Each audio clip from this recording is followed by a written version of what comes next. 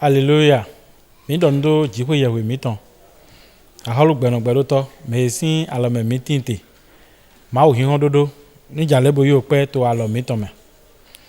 Osofa Praise TV ponto le mi dondo mi. Jesu na ijijo ho eton Jonah do poro ko miton le. Ogo o se eton to di do hia mi dodo mo. Pon vi do alihohe ena gbonji. Hogorodo pon vi do alihohe ena gbonji. Ogo newe no konto aguntan leze owe awe na mi. Owe titan we owe de o tele moniton. Owe de u tole moniton o ta eton ene. Owe ma we to we owe awe to timotiton o ta aton. Me wona to Jesu me. E mi ze owe titan. Mi mondo mo we ro to rido oho do na mi do o Saint George gberontonji. Dodo gbeto yin ovi jiho yewe ton bona yin ovi pipe to jo ede erona doayi bona pai o Saint George gberontongo bona inunyu e ton po ohun tutun po bodo yin o Saint George ton bo to nungbo me ena so pon ovi e tindole do Saint jiho yewe tonji ena pon o Saint George gberonton lo bo wo sunanyu enwe awe to we ndo mo ena pon o Saint lo ovi he tindole ena no do ho o Saint lo ton to hwen do eton ma ena on ze o Saint lo si o ho do hwen do eton me bo ho ta glo eton fi e tinte le do eton le pona nyo o Saint jiho ye gberon ton en wana to Jesu ma nu e ni o we tinta lo nu e to dido hia mi ne npa na o ho go se lo ton alors e mi ka do mo ovi jiho ye we ton u e mele poyin ovi e mele poyin na jiho ye we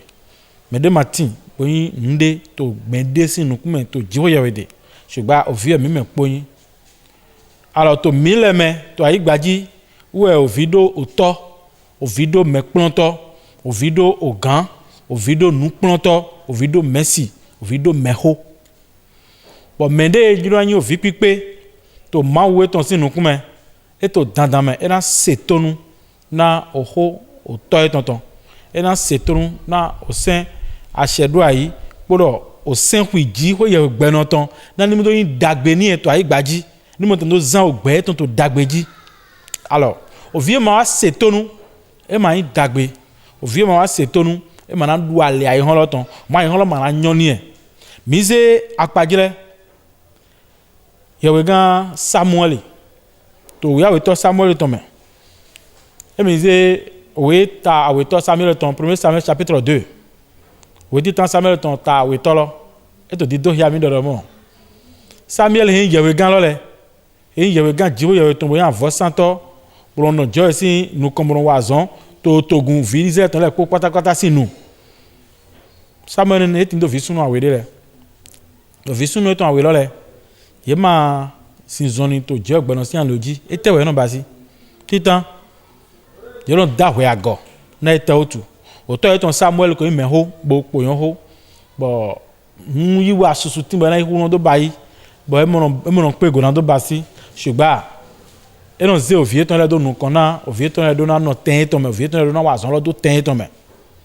alors ovie ton le ze do nu kan bo e no wazon do ten ton me lo le ovie le e no ato we agoda bo no ato nu ti bayi to jo egbono sinu kun me bo no ato nu ma jele bayi bo nu eyin nu gbo ton nu dodo ton de na bayi ye no a jodo bono ato hirodo ale bono ato gbeto le zan diago bono ato nu ma jebasi bono yan vosanu de na to san vona ye gan pe me loto aloji ba bi avosan lo sun si ba baba mi to yin gan bo nyonu meton le de wa misa mi abi de wa o josan si ho me to we nle bi na do ho ha nyon le me no wa sisenzon le you no do ho ha ye ganu bono to nyonu meside yi bo endo mo mere so a hen hwe ho de wa endo to e ton se do nu kan to da hwe you no yi akweto mesi bono chi hwe da men le de ba yete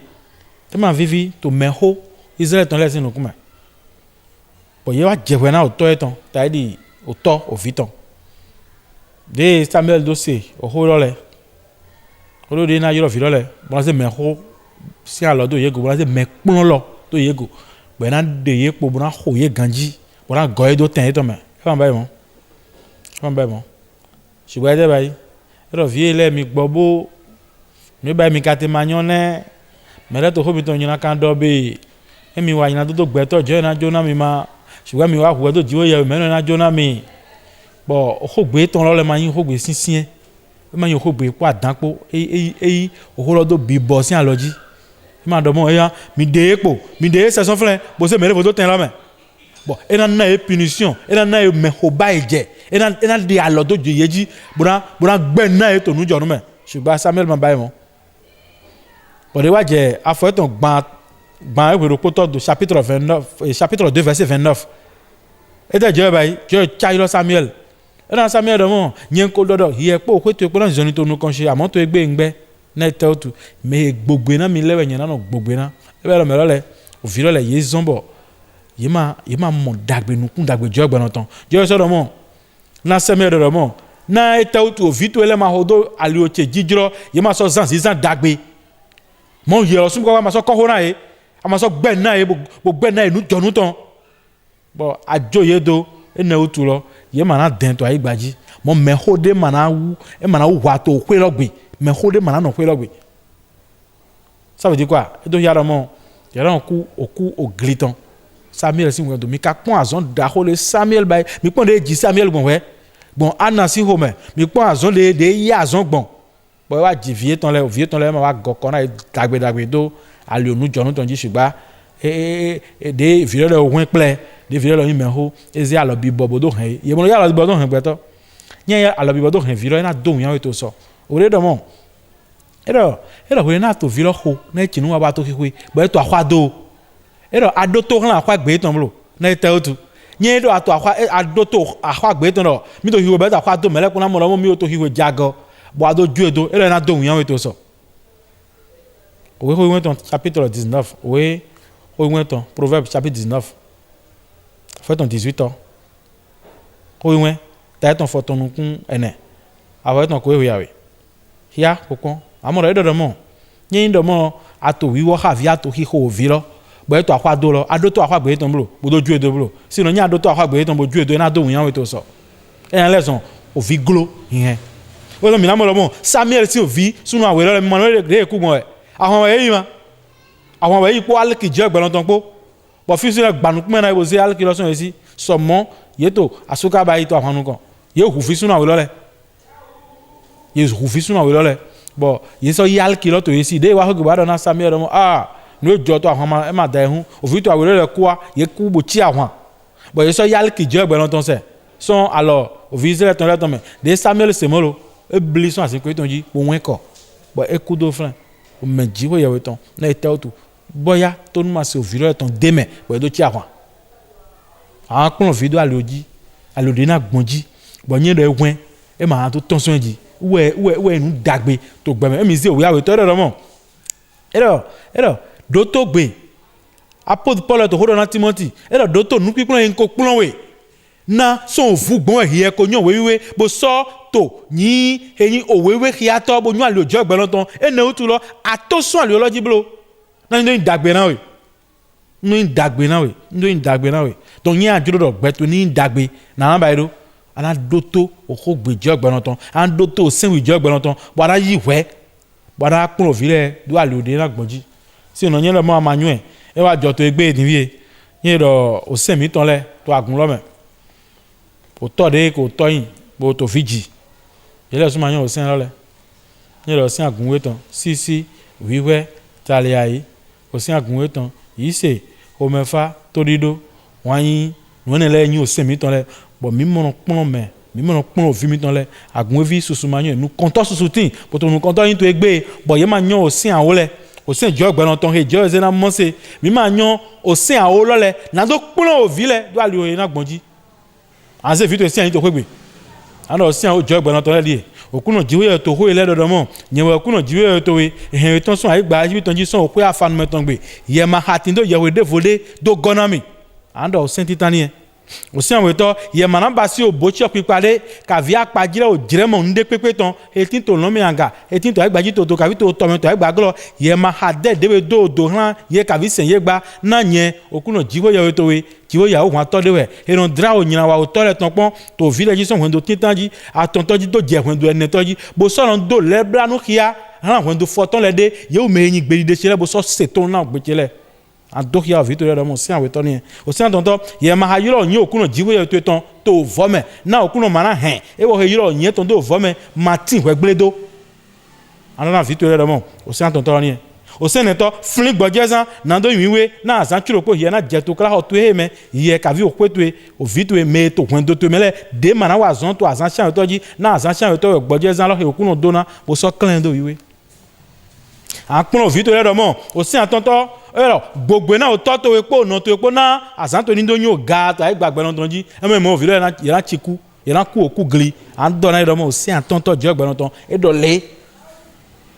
o se churo poto ye ma ha nyo gbe to ku re ama ha hu me ama ha bo hu be o se je ogbe lon ton churo poto do mo o se se we to lo ye ma ha de ayo an pon vile be na yi to ta me na ye jonjo ja mi ton jon fifin le an do na do mo o se je ton do mo ye ma ha de ayo o se se we to o se se ton to lo ye ma ha finu yi ama jajo vile no ato wa kwefin pon ko pon ne mo baba che ton we pon ko wa koloko kaka ya po aoji kaka iko na bideji be non to enele bayi bodon to yede si gbezan shi non to gbezan ton shi alors que o se je ogbe non ton tian ton to lo ede ye ma ha finu ye ma ha jajo o se se to ye ma ha de kunu ago do come ntu ego ama ha bo do lalo do gbetogo ama ha bo de kunu ago do come ngo a pon vilo le bo lan se si en bo lan do mo to we ho me mo do ajeman to me ko nyan bai mo ana hu ran bo gbezan to na gble o si an o to ye ma ha do nu kunken me ne blada gaga yen so na blada e do robude papa mi hora mi abi an bai tout possible bo lan do nu kunken do mere vo sinu go bo lan do zan gbezan to le jo ka zewe do flin ado na amo pété flin bana mina dinu so iflin ni eto mona we ala jai bi o sen wi jo gbe lon to me an pon o vilo le do modo o sen awoto lo mo be ama hadonu kunken do ni pepe de yin komenu to tongo ṣùgbọ́n to egbe mi mo nyu e meji to lo susu ma te nyu e meji no susu ma nyu e na we na pon o vilo le do na we o vilo le na go bi o sen wi jo gbe lon to me do na we na inu da horo to egba yi fi we horo te ni e be we so ba agun lo susu wendole ton to zivlu do bo adangbo me ka vi nu ha me alopa le wa to tintin bo to egbe din o vi ma so na si October o vi mo no si onoba o vi no do ho na baba etan dido ye to gbeji ye de jo baba do ye de jo wendodo o vi no amo me ho bo tafu me ho to ayoji bo tafu me ho to church welegbe yo povu ina to gbede bo to ho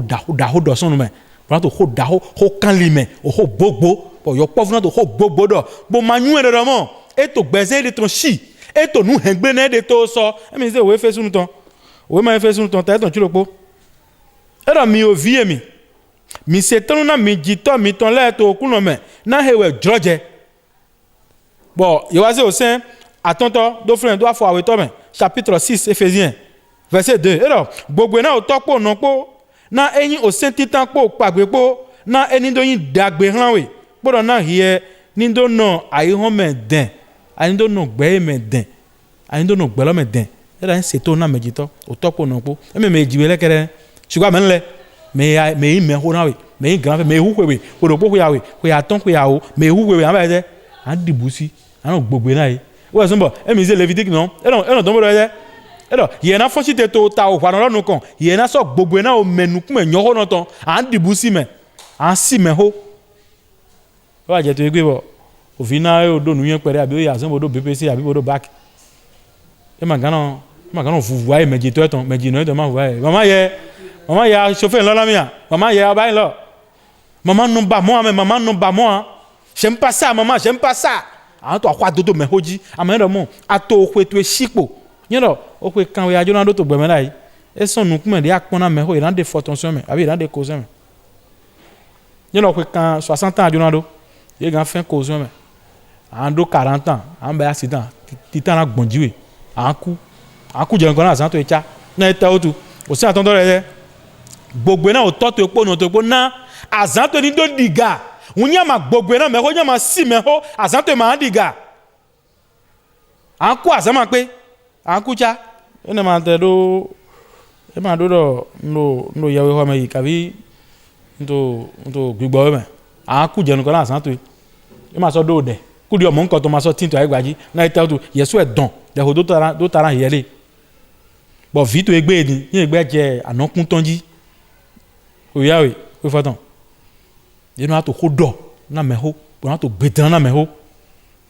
ko na to zingidiji amu keka o vi no kwa mu ha ya fi no kwa mu ha ya e njo to godo mi don le o fi no kwa ku mo nya ko kun ko ye na ko ye ni jo edo na te o tu ye ma nyun e ṣùgbọ́n yẹn náà dòdò pé ha òfin yọ̀n jọ̀njọ̀jà ètò àfọwọ́ ha yẹ ẹ̀tàn lẹ ǹjẹ́ náà dòdò pé ha ètò àjídọ́nu ìwé náà jàjì fi jìgbé wọ́n yẹn náà ìhọ̀ lámú wa bẹ̀ yẹn náà dòfi òhì pa ẹ̀gò yẹn náà zẹ̀ wúlúwúlú yẹn náà zẹ̀ wúlá tán òzẹ̀ wúlẹ̀ nẹ̀ òzẹ̀ wúlá tán yẹn náà bẹ́ẹ̀ yẹn dáná fi dé náà tẹ́ òtù yẹn mọ̀ sí mẹ́ yẹn ní jọ́ mẹ́ lọ́dọ̀ yẹn mọ̀ sí mẹ́ yẹn kàrí yẹn ní jọ́ wẹ́dọ̀ àmọ́ sọ àhọ́ ẹ̀tàn àyì examen bébé c'est un aïe voilà o ama dit pon na me masi to ano pon bac na ma ngado so be ya voilà ton wole ne voilà ton aïe me no e ho de do ya o ṣùgbọ́n ye ro suwe to de ho do dewe mi here proverbe 20 mo pon o we tako afoko e do mo me de pepe ezun o to me to teme ka me to no teme ne ṣùgbọ́n te na chi to zivru me bo yen we ne nya anyo na we na anya do diplôme lo ye na chi mi lo ama do aïe pon azon ara jason lo kan so ma ya o mawe an ba ko chene to azon ho ba sa an do nyoro mu chake ma yan fo chinchon you no simewe bon you no be ma si lo mo do iton to asuwe o no be mele gba to asuwe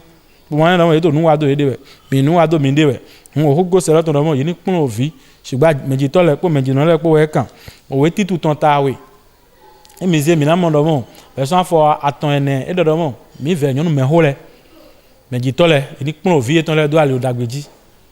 náà ní tó yan náà yìí ní tó yin dàgbè hàn yìí bọ́n mi ṣe Proverbes chapitre 22 verset 6 ẹ̀rọ pọ́n òfin tó àlè náà gbọ̀njì ní egun ẹ̀ máa tó tán sún ẹ̀jì mílẹ̀ dìye pọ́n mílẹ̀ tó àlè òjì ọ̀gbẹ̀rún tán jíwẹ̀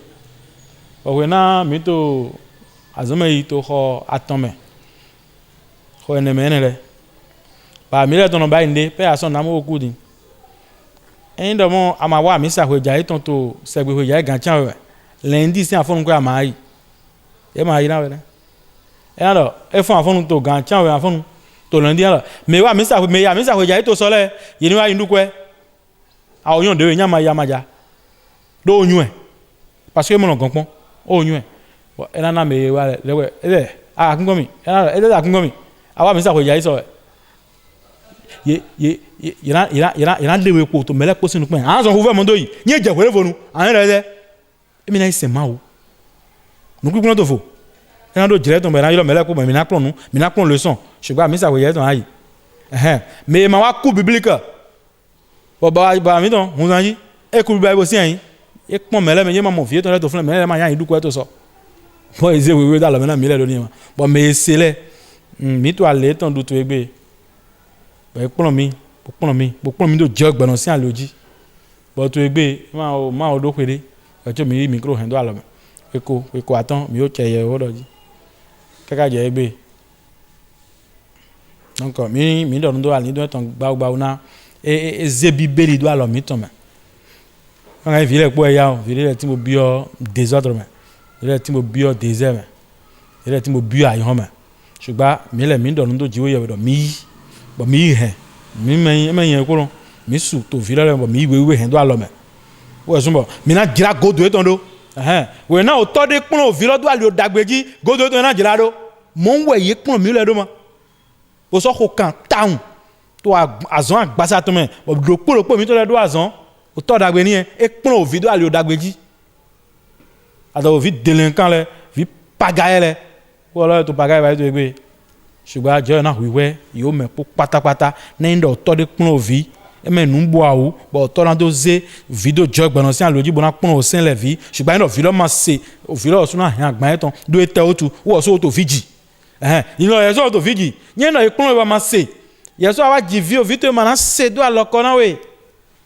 mo we te ro ni e won hogo seloton hogo dagbe o so hogo vive bo o jere susu martin na mi mo mi na do hogri ṣùgbọ́n mi do ndo gbeto le podo et je na otole et ni tempo wo doto o sen ku jo gbe ton bo pon o vile do aliology bo yen do ma tin ba ka vi je wa hwen jan we o vile na wa yi relais lo bo na wa kokona o vi eton hwen do eton le bo hwen do na do no christianology kaka je o so Jesu ni do na mi hallelujah.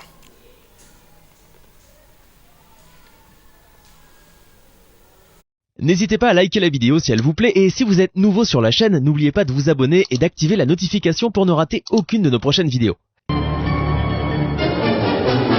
Oshofa Prise TV. Tout pour la gloire de l'Éternel, Dieu d'Oshofa.